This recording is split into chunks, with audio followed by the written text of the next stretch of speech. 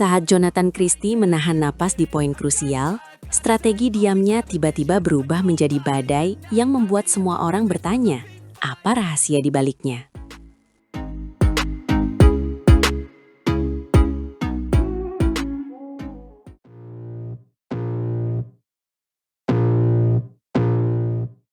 Malam di Kuala Lumpur terasa seperti ujian mental. Jonathan Christie masuk perempat final Malaysia Open 2026 dengan beban harapan besar. Dan justru di titik itu, ia memilih tak bermain aman, melainkan membuka tempo cepat yang membuat Kodai Naraoka kehilangan ritme. Publik tahu Naraoka kuat dalam rally panjang, tapi Jonathan memotongnya dengan serangan agresif, seolah memberi pesan bahwa hari ini bukan waktunya bertahan. Yang mengejutkan, ia tidak terlihat terburu-buru, malah sabar membaca arah, seperti menunggu satu celah untuk membalas dengan counter attack. Set pertama berjalan ketat, poin sempat imbang di angka 16, dan di sana Jonathan tiba-tiba berubah jauh lebih tenang. Itu momen krusial, karena dari sudut kamera terlihat ia sengaja memancing Naraoka menyerang lebih dulu, lalu memukul balik dengan presisi. 21-17 menutup game pertama, dan ekspresi Jonathan seperti mengatakan rencana ini bekerja. Set kedua justru lebih cepat, skor 21-13, seolah Naraoka kehabisan cara untuk menembus pertahanan sekaligus serangan Jonathan. Di tribun, penonton mulai menyadari, ini bukan sekadar kemenangan, tetapi bukti bahwa Jonathan Christie lega bisa lewati hadangan Kodai Naraoka. Ia juga mengucap syukur, menyinggung bahwa strategi tepat membuatnya kembali ke semifinal Super 1000, sebuah panggung yang selalu menyaring mental terbaik. Yang menarik, ia berkata permainan terasa mengalir. Ia memilih menikmati suasana lapangan, bahkan tersenyum ketika lawan melepaskan pukulan bagus. Kalimat itu terdengar sederhana, tetapi menyiratkan rasa percaya diri, karena menikmati pertandingan biasanya milik pemain yang yakin atas rencana sendiri. Jonathan mengakui ia belajar dari pukulan Naraoka, sebuah sikap yang tidak semua atlet mau buka ke publik setelah menang besar. Namun pertanyaan utama muncul, apakah aliran positif ini cukup ketika lawan berikutnya adalah Kunlavut Phititsan dari Thailand? Kunlavut terkenal dengan defense ulat.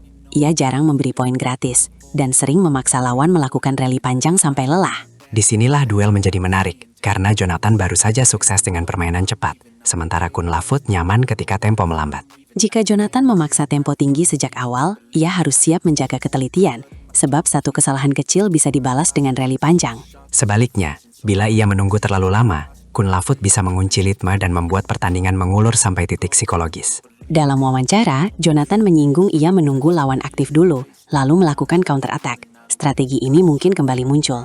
Tapi semifinal berbeda, tekanan lebih besar, arena lebih bising, dan setiap poin bisa terasa seperti final karena tiket menuju puncak. Banyak pengamat menilai kemenangan ini memberi sinyal bahwa Jonathan Christie sedang naik, bukan hanya karena skor, tetapi karena ketenangan.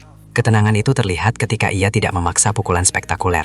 Ia memilih pukulan aman yang tetap tajam dan sulit dibalas. Ini mengingatkan bahwa kemenangan besar sering lahir dari disiplin sederhana, bukan semata aksi heboh, dan Jonathan menunjukkannya.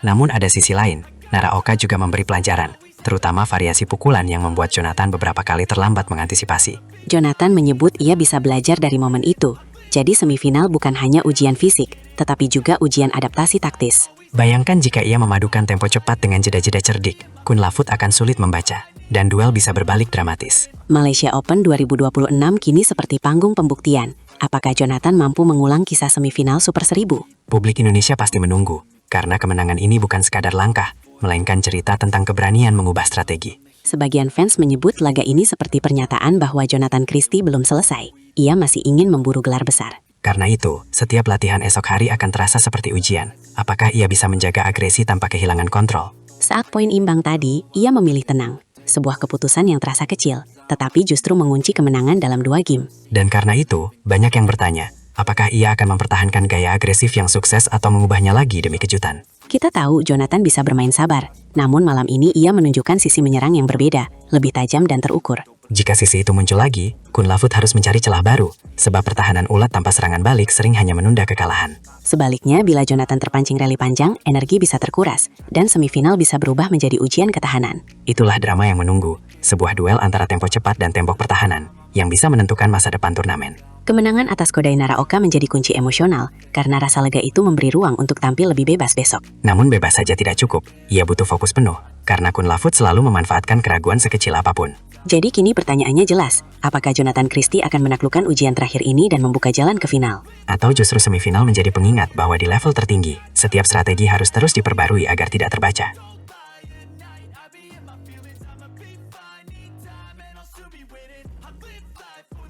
Bayangkan hanya beberapa poin dari tersingkir, Fajar dan Fikri justru balik mengamuk. Dan kisah semifinal Malaysia Open jadi meledak malam ini.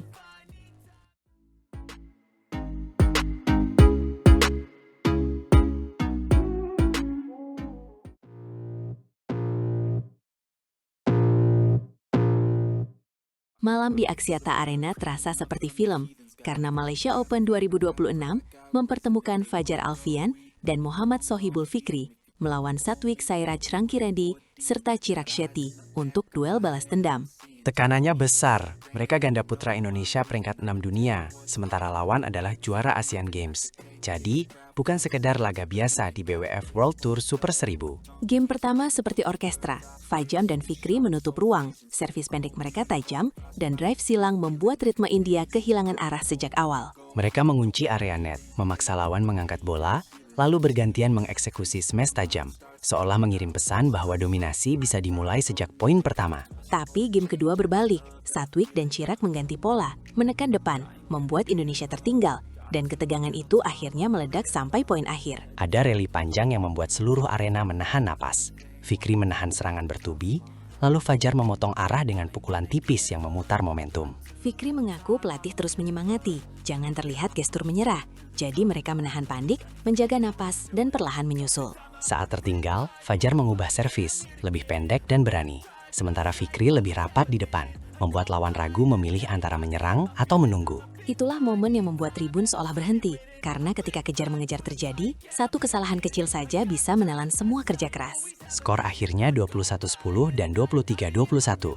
Kemenangan 2 game langsung, yang membuat dendam dari World Tour Finals 2025 lunas. Kemenangan ini penting untuk kepercayaan diri, sebab peringkat 6 dunia bukan jaminan. Mereka butuh pembuktian bahwa kombinasi baru ini dapat mengatasi pasangan elit. Dan bayangannya langsung ke semifinal, karena tuan rumah menunggu, Aren Chia dan So Woo-yik, mantan juara dunia yang didukung lautan suara. Kunci melawan Aren dan So adalah variasi tempo. Jangan terpancing adu cepat terus-menerus, karena duet tuan rumah sangat nyaman dalam rally pendek. Fajar punya pengalaman membaca arah, sementara Fikri harus menjaga ketenangan di depan net. Sebab satu sentuhan ragu bisa memberi celah bagi tekanan tribun. Pertemuan ini bukan hanya soal kecepatan, tapi soal keberanian mengambil risiko, karena Fajar dan Fikri harus menembus tembok mental di negeri lawan. Publik Malaysia pasti berharap drama, namun Indonesia punya alasan besar. Mereka ingin membuktikan kemenangan atas India bukan kebetulan, dan bisa diulang saat atmosfer lebih panas. Di sisi lain, Jonathan Christie juga menorehkan cerita. Tunggal putra profesional peringkat 4 dunia itu melaju ke 4 besar Malaysia Open 2026. Ia menundukkan Kodai Naraoka 2 game langsung, 21-17 lalu 21-13, dengan ketenangan yang membuat lawan sulit menebak. Jojo bilang ia bersyukur bisa menerapkan strategi tepat, dan ia menikmati suasana, karena ketika ia tersenyum, pukulan tajamnya justru lebih mengalir. Ia memilih rally menengah, menghindari adu sabar terlalu lama, lalu menekan dengan pukulan silang yang mendorong Naraoka ke sudut belakang. Menariknya, ia juga memuji beberapa pukulan lawan, seolah mengingatkan bahwa semifinal bukan panggung untuk meremehkan siapapun. Lawan berikutnya adalah Kun Lawut Phithitsan, mantan juara dunia dari Thailand. Pemain yang sabar, licin, dan sering mengubah kecepatan tanpa peringatan. Ini duel yang menuntut keseimbangan, karena Jojo harus memilih kapan menyerang cepat dan kapan menahan, sementara tekanan Super 1000 selalu mengintai. Bila Jojo bisa memancing lawan keluar dari ritme, ia punya kesempatan membuka ruang untuk smash dan netting yang selama ini jadi senjata diam. Kemenangan Fajar Fikri dan Jonathan Christie membuat dua wakil merah putih berdiri di 4 besar, menghadirkan narasi bahwa awal musim bukan sekedar pemanasan. Bagi penonton Indonesia, 2 semifinal ini seperti ujian karakter. Apakah mental juara muncul saat ribuan mata menekan dan sorak lawan menguasai ruangan?